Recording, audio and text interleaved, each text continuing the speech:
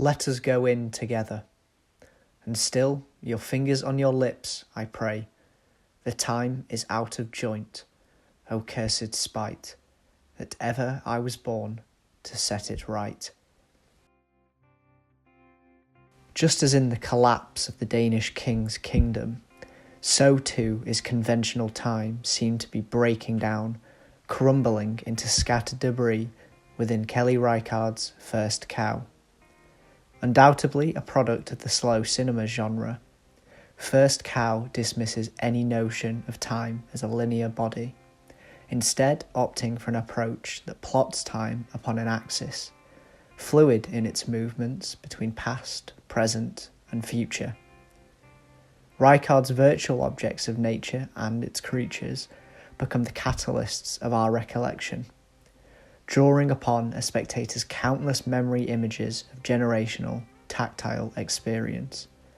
These images, filtered through Deleuze's time crystal, become an overlapping, timeless force that melds the axis of time into a structure of 3 dimensions, ultimately allowing steps to be taken both into the known past and uncertain future. Hello. How are you?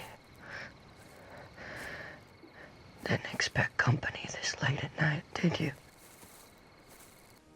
As Biro states, time is made by human narration, essentially underpinning time in its conventional form as one of man-made construct, defined by humanity's interactions with past objects and the subjectivity of our memory, both collective and individual. In First Cow, past objects, that is, ones imbued with forgotten experience, become a vital aspect of our understanding of frontier life, most notably in the skeletons of Cookie and King Lou discovered by the dog walker. The harsh clash of the modern world and literal corpse of frontier life push the boundaries of time into a space of overlapping territories.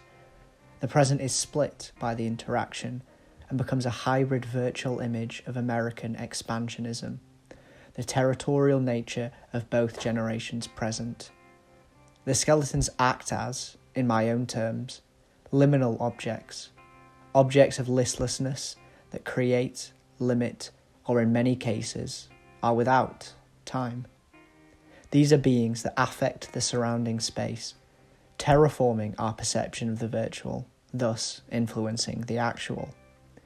Such liminal objects can also become the seeds of the time crystal, nurturing remnants of the past to germinate, not as recollection of experience past, but rather as that of collective conscience.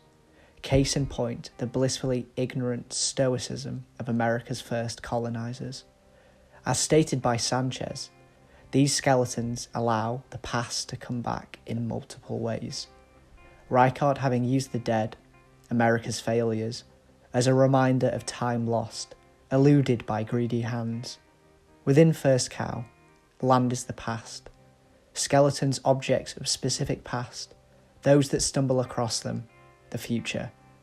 All intertwine as temporal sinew. The land is fertile with corporeal memories of previous aspired futures.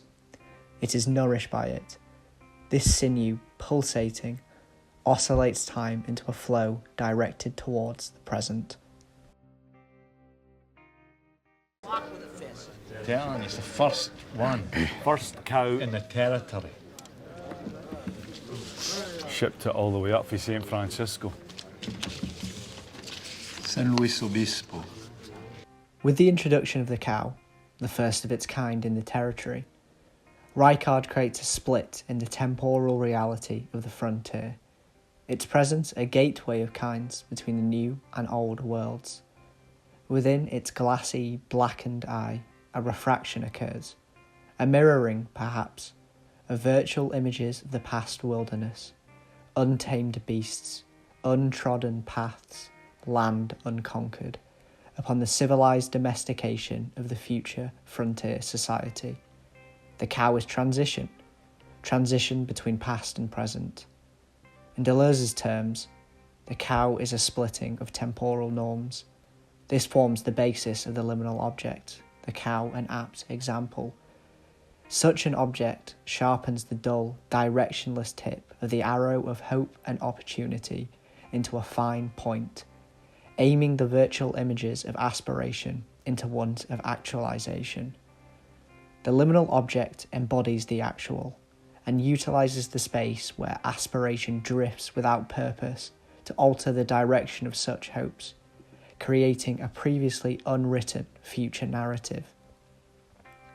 Thus, liminal objects allow an interweaving of space, binding the flesh of screen image with the permeable layer of the projection screen to form a sinew, a network even, of flat surfaces that then forms a perfect carrier for the time crystal.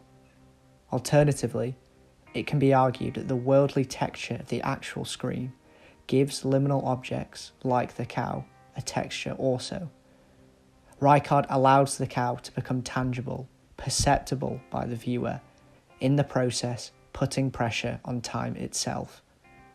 Just as in how the cow influences the scope of the frontier, liminal objects influence the scope of our recollection, and therefore how that alternates our future interpretation of the virtual worlds. Without doubt, this is the affection of self by self as definition of time.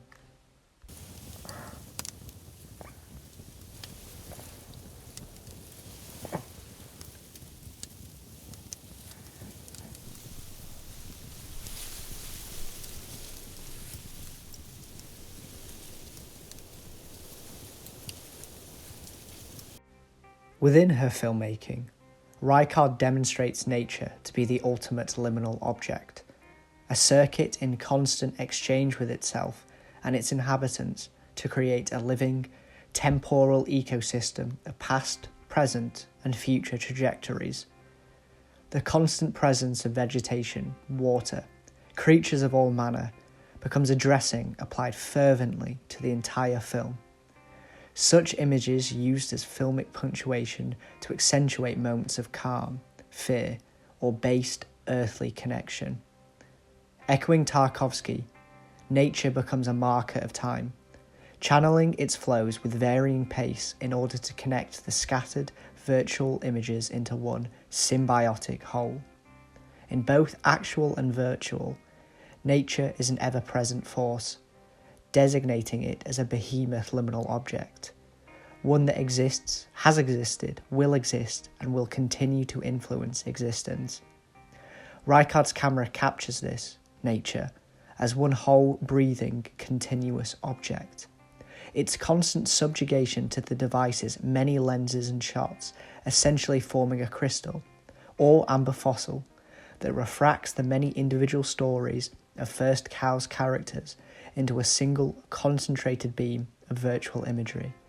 This shattering, so to speak, preserves the past so crucial to the ancient lineage of nature and allows it to be channeled through the time crystal of the film into the retina of spectators, directing it to specific nodes of banked virtual imagery as memory, and call upon a phantom pain of true human nature lost and people come before, now victim to the march of time.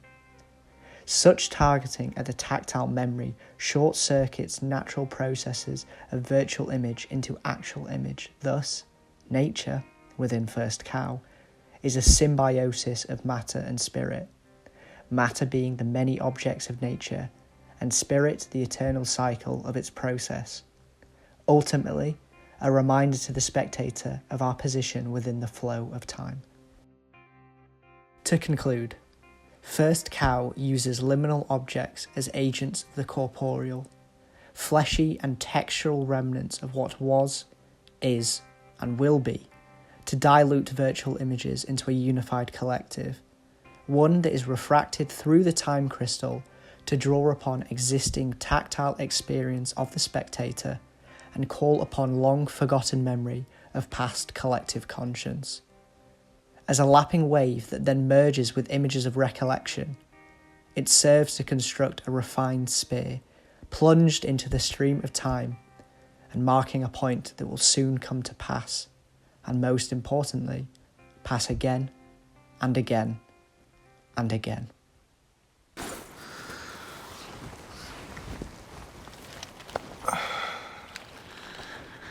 We'll go soon. I've got you.